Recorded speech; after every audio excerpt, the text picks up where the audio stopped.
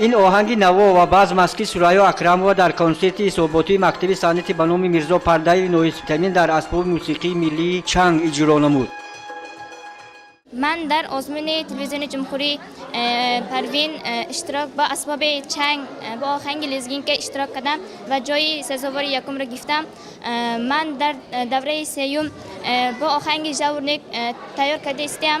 من کوشش میکنم که به آزمون بین المللی برآمده غالب شده بیایم. صحبت دستپروران این درگاه موسیقی تحت عنوان غنچه‌های صنعت از روی 21 برآمد از سرود و رقص تا نوازش اسباب‌های موسیقی ملی به تماشابینان پیشنهاد گردید.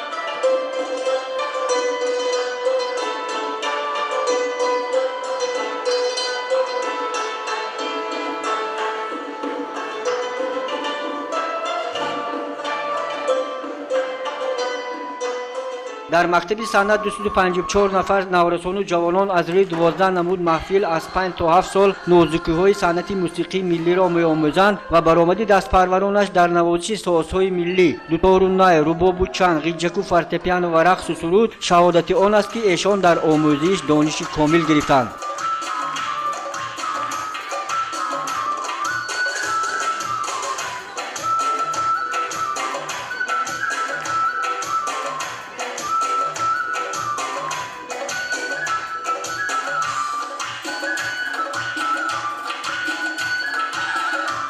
مسئولین مکتب برابر جاری نمودن محفل‌های نوی آموزش هنرهای صنعت ملی در دوردست‌ترین دهات فیلیال را در زمینه مؤسسه‌های تعلیمی تأسیس داده هرچی بیشتری نوارسان را به عالم موسیقی جلب نمودند.